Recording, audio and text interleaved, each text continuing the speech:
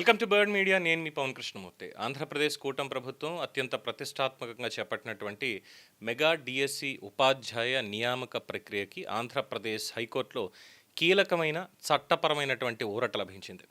Mega DSC ఎంపిక విధానం మొత్తం నియామక ప్రక్రియని రద్దు చేయాలని చెప్పి వైఎస్ఆర్ కాంగ్రెస్ పార్టీ ఎమ్మెల్సీ పర్వతనేని చంద్రశేఖర్ రెడ్డి దాఖలు చేసిన ప్రజాహిత వాజ్యాన్ని హైకోర్టు కొట్టేసింది.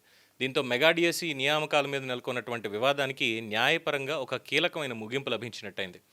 ఎమ్మెల్సీ పర్వతనేని చంద్రశేఖర్ రెడ్డి గారు దాఖలు చేసిన ఈ పిటిషన్ మీద సుదీర్ఘ విచారణ జరిపినటువంటి ధర్మాసనం పిటిషన్లో చేసినటువంటి ఆరోపణలకి ఎక్కడా తగిన ప్రాథమిక ఆధారాలు సమర్పించలేదు. ఐ రిపీట్, ఆధారాలే సమర్పించలేదని పేర్కొంది. అంతేకాకుండా నియామక ప్రక్రియ పూర్తయి ఎంపికయ్యి ఉపాధ్యాయులు విధుల్లో చేరే ఏడాదిగా విద్యాబోధన చేస్తున్న నేపథ్యంలో ఈ మొత్తం నియామకాలను రద్దు చేయడం అనేది సముచితం కాదు అన్న అభిప్రాయాన్ని చాలా బలంగా వ్యక్తం చేసింది. మెగా డిఎస్సి నియామకాల్లో అక్రమాలు జరిగాయని, క్రీడల కోట దీని మీద మళ్ళీ మాడదాం, ఈ అమల్లో నిబంధనలు ఉల్లంఘించారని, మెరిట్ జాబితా విడుదలలో పారదర్శకత పాటించలేదు అంటూ పిటిషనర్ తరఫున ఆరోపణలు వినిపించారు. దీని మీద ప్రభుత్వం తరఫు న్యాయవాదులు నోటిఫికేషన్లో పేర్కొన్న నిబంధనల ప్రకారమే కంప్యూటర్ ఆధారిత పరీక్షలు, సర్టిఫికెట్ల పరిశీలన, ఎంపిక ప్రక్రియ మొత్తం అంతా కూడా పారదర్శకంగానే నిర్వహించామని కోర్టుకి సాక్ష్యాలతో సహా వివరించారు. ఈ తీర్పుతోటి మెగా డిఎస్సి మీద వైసీపీ చేసిన ఆరోపణలు న్యాయస్థానంలో కూడా నిలబడలేదు అన్నది ఇక్కడ స్పష్టం.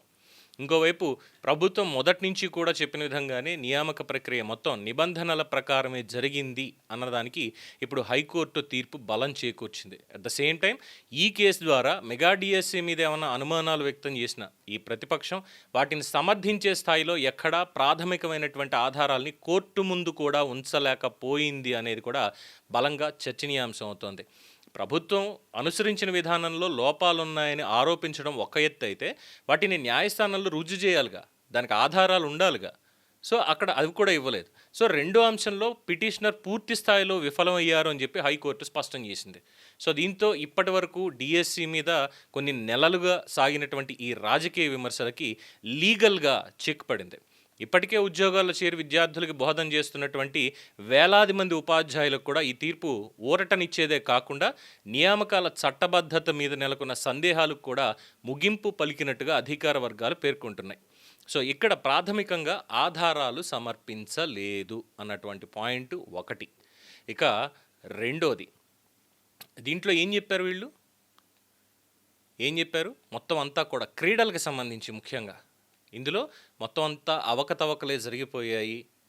ఈ సర్టిఫికెట్ల పరిశీలన కావచ్చు, వీటికి సంబంధించి మెరిట్ జాబితా, ముఖ్యంగా క్రీడల కోటాలో అందులోనూ అసలు ఎవరు ఇంకా అందులో సెలెక్టే అవ్వలేదు. బేసిక్గా ఒలింపిక్ సంఘం ఏదైతే ఒలింపిక్ కమిటీ నిబంధనలు ఏవైతే ఉన్నాయో క్రీడలకు సంబంధించి దాన్ని వాళ్ళే అందులో చేర్చారు. అవనంటే వీళ్ళు తీసుకెళ్ళి ప్యాక్ ముక్కల సెట్టు ప్యాక్ ఆట ఆడితే చాలు టీచర్ ఉద్యోగం ఇచ్చేస్తారు.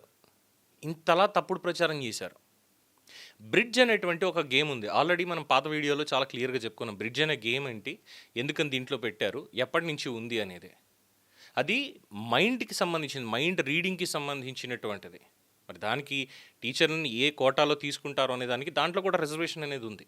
క్రీడల్లో దాంట్లో పథకాలు ఏమైనా సాధించారా లేదా ఇవన్నీ కూడా పెట్టారు. అంతేగాని ఏదో మన ఊళ్ళల్లో సంక్రాంతికి దసరాకి ఊరెళ్ళిపోయి కూర్చుని మొత్తం అందరితోటి సరదాగా 4 ముక్కలు వేసుకొని పేకాట ఆడుకున్నట్టు ఆడుకుని నాకు టీచర్ ఉద్యోగం ఇచ్చేస్తారండి అని అడిగితే పళ్ళు రాలగొట్టి పంపిస్తారు. కనీసం ఇవి కూడా తెలియకుండా చట్టసభల్లో ఉండేటువంటి వాళ్ళు కూడా దీని మీద మాట్లాడుతూ కామెడీ అయిపోవడం అంటే ఏం చెప్పాలి. అండ్ దీని తర్వాత ఎప్పుడైతే వీళ్ళు ఆరోపణలు చేశారో ప్రభుత్వం అలర్ట్ అయింది. ఎస్, ఆరోపణలు వచ్చాయా, ఫైన్, దీన్ని ఒక్కొక్కటిగా బ్రేక్ చేద్దాం, ప్రూవ్ చేద్దాం.